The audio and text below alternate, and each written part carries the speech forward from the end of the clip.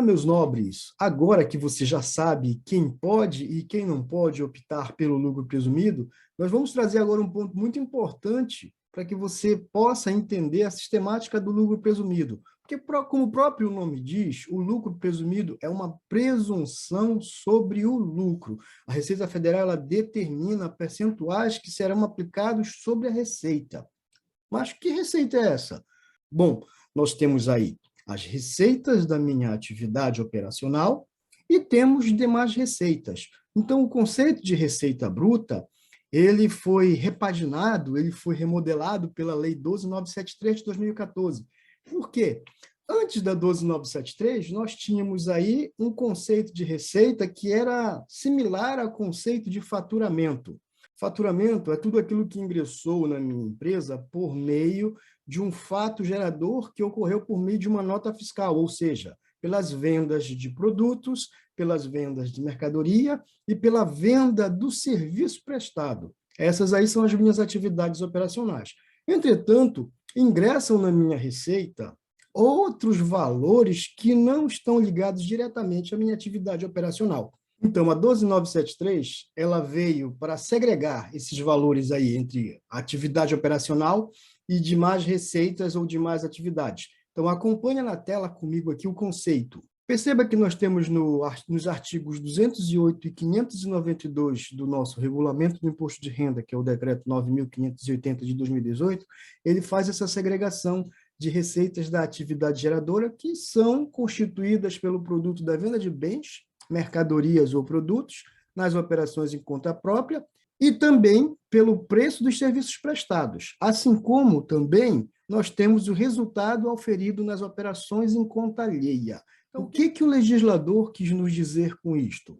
Que agora eu tenho que observar as minhas receitas da minha atividade operacional, indústria, comércio, serviço, e também eu tenho que observar as minhas receitas que vão entrar no caixa ou no equivalente de caixa, que são oriundas de outras atividades, que são as operações em conta alheia, como, por exemplo, a intermediação de negócios. Você foi contratado para intermediar, para linkar um comprador com um vendedor.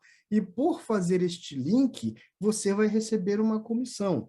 Então, aqui, o legislador ele quis dizer assim, olha, a partir de agora, você vai ter que observar como são feitos os ingressos de receita, de valores no seu caixa ou nos equivalentes de caixa.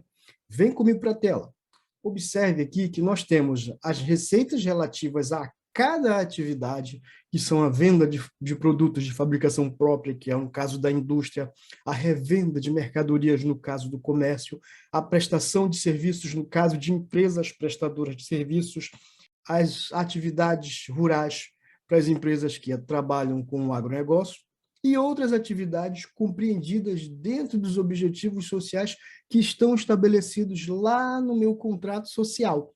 Então, percebe que, para que eu possa observar aquele limite de faturamento de 78 milhões, estas são as minhas receitas da atividade operacional.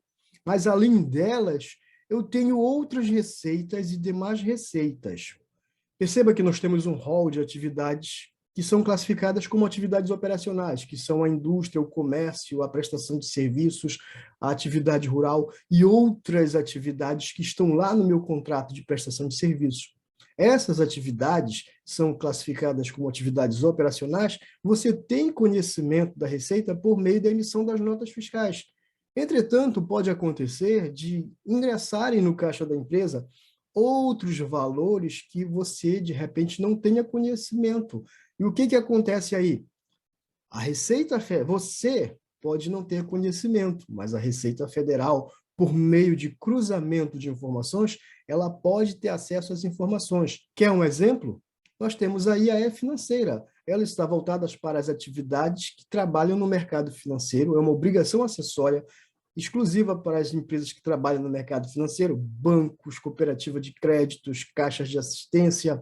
E todo mês os bancos eles são obrigados a enviar a obrigação acessória de forma resumida, mas a cada 6 meses eles enviam uma informação completa. Então, por meio do acesso à E-Financeira, A Receita Federal ela tem conhecimento da sua movimentação bancária. Por quê?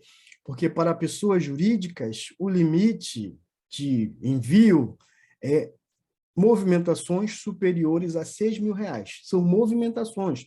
Então, pode acontecer mais de uma movimentação por dia.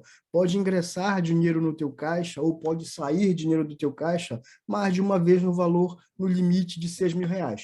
Para a pessoa física, esse limite ele fica em R$ 2.000. São movimentações. A Receita Federal não quer saber do teu extrato bancário, ela quer saber se houve movimentações superiores a R$ 6.000. A cada movimentação superior a R$ 6.000, a Receita Federal ela toma conhecimento e ela cruza essa informação. Então, aqui você tem esse pequeno detalhe. Muitas vezes você pode não ter conhecimento dos fatos que aconteceram dentro da sua empresa, mas a Receita Federal ela pode ter conhecimento, ok? Então, acompanhe na tela comigo mais um pouquinho de conceito. Na letra A, nós temos aí as receitas das minhas atividades operacionais. A partir da letra B, são classificadas como demais receitas. Então, vamos lá. Nós temos aí receita de quaisquer outras fontes não relacionadas diretamente com os objetivos sociais da pessoa jurídica, bem como ganho de capital. O que isso quer dizer? Qualquer outra receita que vai ingressar no teu caixa é classificado como receita. Então, nós temos aí, no caso, as aplicações financeiras de renda fixa, o CDB, o RDB, Tesouro Direto. Na renda variável, nós temos aí as ações, os fundos de investimento imobiliário, outras aplicações. Então, aqui você observa que nós estamos lidando com o mercado financeiro. As parcelas das receitas de exportação realizadas a pessoas vinculadas ou domiciliadas em países com tributação favorecida. Temos uma instrução normativa, a instrução normativa 1037 de 2010, que ela tem lá um leque de países que têm a tributação favorecida, que alguns deles são até paraísos fiscais porque não tributam nada. Então, o que acontece aqui? Eu vou ter que, quando fizer a exportação, eu vou trabalhar com as normas dos preços de transferência e o preço que eu estabeleci aqui no Brasil e registrei no Brasil, é claro que eu vou registrar isso em real, mas no momento do desembaraço aduaneiro, isso vai ser convertido numa moeda estrangeira que geralmente é dólar. Então, se eu demorar 45, 60, 90 dias para receber, o valor que exceder a escrituração aqui feita no Brasil, eu vou ter que ofertar para tributação. Isso aqui é muito parecido com variação cambial, só que a exportação ela está sendo feita para um país com tributação favorecida. Aqui, como eu falei para vocês no conceito, tudo aquilo que ingressa no caixa é classificado como receita, e eu ainda disse lá que nem tudo vai ser tributado, chegou a parte de dizer nem tudo que vai ser tributado. Então, o que não vai ser tributado? O que não vai alcançar a receita bruta? O que não vai compor a receita bruta? As vendas canceladas, devoluções de vendas, descontos concedidos incondicionalmente, IPI, isso já é classificado na contabilidade como dedução da receita. Além disso, nós temos o quê? As saídas que não decorram de vendas. Por exemplo, saiu mercadoria, mas ela foi transferida para uma filial da minha empresa, esta transferência de mercadorias ou de produtos, no caso da indústria, ela não se configura uma venda. Então, aquilo que não se configurou como uma venda, aquilo que não vai gerar receita para a minha empresa, não está alcançado na composição da receita bruta. Aqui nós temos um detalhe importante.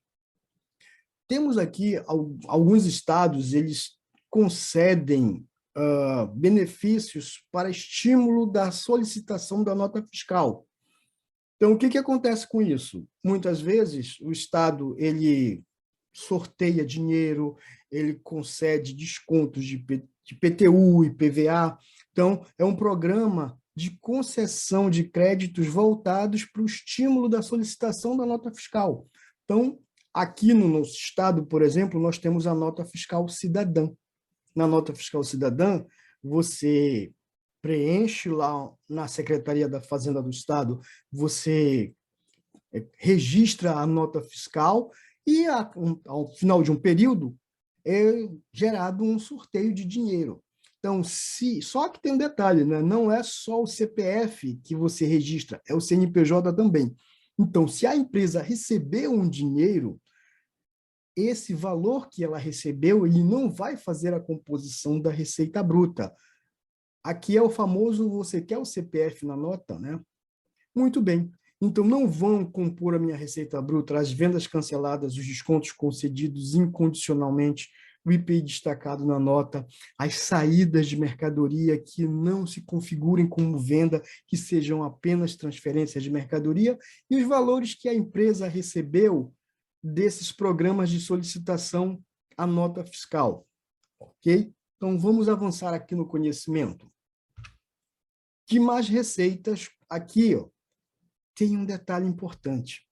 As minhas receitas da atividade operacional, elas sofrem um percentual de presunção de lucro estabelecido pela Receita Federal. As demais receitas, elas vão ingressar sem percentual de presunção de lucro, ou seja, elas vão entrar integralmente na composição da minha base de cálculo. Elas não vão sofrer nenhum tipo de percentual de presunção de lucro. Vem comigo aqui e observa. Eu tenho rendimento de aplicação de renda fixa e ganho líquido na operação da renda variável. Estes rendimentos ou estes ganhos, eles vão ter que ser somados diretamente na base de cálculo. Nós temos os juros remuneratórios do capital próprio, chamado de JCP. A empresa, vamos imaginar uma situação aqui, que eu tenho uma empresa que participa no capital social de outra empresa, e esta outra empresa resolveu remunerar o capital. Vamos imaginar, eu sou sócio de uma PJ e esta PJ participa no capital de uma outra PJ. Esta outra PJ, ela resolveu remunerar o capital social dos seus sócios e ela vai pagar juros sobre capital próprio. Quando eu recebo esses juros sobre capital próprio, esse valor que eu recebi a título de juros sobre capital próprio, ou de remuneração do capital próprio, ele deve ser ofertado para a tributação. Além disso, eu tenho aqui os rendimentos obtidos nas operações de mútuo entre pessoas jurídicas controladas e coligadas e interligadas. O que acontece com isso aqui? Aqui, a operação de mútuo, eu tenho que ter muito cuidado para não simular um empréstimo fraudulento. Como assim um empréstimo fraudulento? A operação de mútuo, para ser classificada como tal, ela tem que ter pelo menos 3 elementos ou 3 componentes no meu contrato. Eu tenho que ter o valor emprestado, eu tenho que ter o prazo para a devolução do empréstimo e eu tenho que ter uma remuneração, um juros, é exato, um jurozinho lá para esse empréstimo. E esse empréstimo ele tem que ser reconhecido no cartório, né? Registrado no cartório para ter a validade jurídica. As parcelas de juros que estão pré-estabelecidas nesse contrato, quem emprestou o dinheiro, quando está recebendo as parcelas, ela deve ofertar os juros desse empréstimo para a tributação. Ganho de capital na alienação de bem de ativo não circulante. Então, aqui, os ganhos de capital na alienação do ativo não circulante, nós temos que observar o quê? Temos que observar o valor contábil. E o que é o valor contábil? Eu tenho aqui classificações contábeis como custo histórico, eu tenho um outro elemento chamado de depreciação, e, finalmente, eu tenho o valor contábil. O que acontece aí? O custo histórico, o valor que eu efetivamente paguei pelo bem, está descrito em uma nota fiscal, onde houve o registro contábil do ingresso deste bem no meu ativo, vai sofrer aí a depreciação, então, custo histórico menos a depreciação, eu tenho meu valor contábil. Qualquer valor que eu tenha acima do valor contábil, vamos imaginar, eu tenho um veículo aqui e o veículo foi registrado na contabilidade por 80 mil. Só que já houve a depreciação de 40 mil. Então, custo histórico, 80 mil. Depreciação, 40 mil. O que nós temos aí de valor contábil? 80 menos 40, me sobram 40 mil de valor contábil.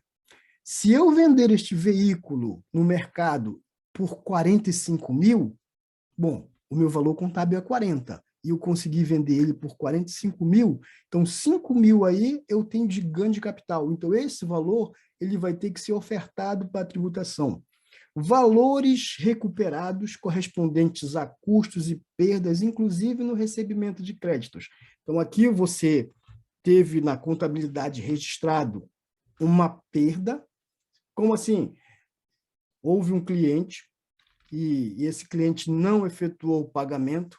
Quando você encerrou o balanço, você disse, bom, isso aqui eu não vou receber mais. Então, você fez lá a contabilização, debitou perdas e creditou lá os seus valores a receber. Então, você classificou isso como uma perda. No ano seguinte, o cliente chegou e resolveu te pagar. Quando você fez a tua contabilidade, você encerrou o balanço, você classificou como perda, este valor ele foi deduzido do lucro. Opa! No ano seguinte, o cliente chegou e te pagou, então esse pagamento ele tem que ser ofertado para a tributação, uma vez que ele foi excluído lá como uma perda. Então, agora que você recebeu, você vai ter que ofertar para a tributação. Ok? Temos aqui demais receitas e outras receitas, como multas. As multas de qualquer outra vantagem recebida, ainda que seja a título de indenização, ela deve fazer a composição da minha base de cálculo. Aluguéis recebidos. Esses aluguéis recebidos, quando eu não tenho na minha atividade operacional a locação. Eu não tenho locação como uma das minhas atividades operacional, mas eu tenho um espaço ocioso lá na minha empresa e eu resolvi alugar esse espaço ocioso. Então, todo e qualquer valor que eu receba a título de aluguel, ele tem que ser ofertado para a tributação e sem nenhum percentual de presunção de lucro. Ganhos obtidos na cobertura, em operação de cobertura ou de hedge. Bom, o que acontece aqui no ganho de cobertura? Eu tenho aqui, ele é muito semelhante com variação cambial. Então, quando eu faço aqui a cobertura de hedge, eu estabeleço eu estou trabalhando com bolsa de valores ou mercado futuro, ou mercado de balcão. Isso aqui acontece muito com as commodities, né? Você vai vender o milho, vai vender a soja. Então, quando você vende, você já deixa registrado lá num contrato o valor que você vai receber. Só que aí você vai, no caso de milho, soja, de commodity, de agronegócio, por exemplo. Então, você tem aí, eu ainda não plantei, na verdade, estou na fase do plantio, mas eu já estou fechando um contrato da safra, né? Vou vender toda a safra. Então, quando você vende a safra, você estabelece uma moeda. Que moeda é essa? Dólar. Vendi e fechei contrato com dólar. Fiz lá o plantio, fiz a colheita, e na hora da venda, houve uma oscilação da moeda para mais. Então, houve a moeda, a variação, o ganho, essa variação positiva na moeda me gerou um ganho de cobertura. E esse ganho de cobertura tem que ser ofertado para a tributação. Muito bem, meus nobres. Então, nós vimos aí que temos as receitas da minha atividade operacional. Estas receitas elas vão sofrer uma presunção sobre o lucro. E apenas estas receitas que vão sofrer a presunção do lucro. As demais receitas que nós vimos aí, elas vão integrar totalmente a minha base de cálculo sem nenhum percentual de presunção de lucro. Ou seja, elas vão ser acrescidas na sua totalidade para a formação da minha base de cálculo e muitas vezes é aqui que mora o perigo, é aqui que está um dos grandes problemas do lucro presumido. Por quê? Porque o colega da contabilidade, o contador, ele pode não ter conhecimento dessas demais receitas e elas vão ingressar no caixa. E eu só vou ofertar para a tributação aquilo que eu conheço da emissão das notas fiscais. Então, esse é um dos maiores problemas que deve ser mitigado pelo contador. Você chega com o seu cliente e conversa. Meu colega, eu preciso de informações. O que aconteceu além das notas fiscais? Então, nos veremos no próximo encontro, no próximo vídeo. Até a próxima!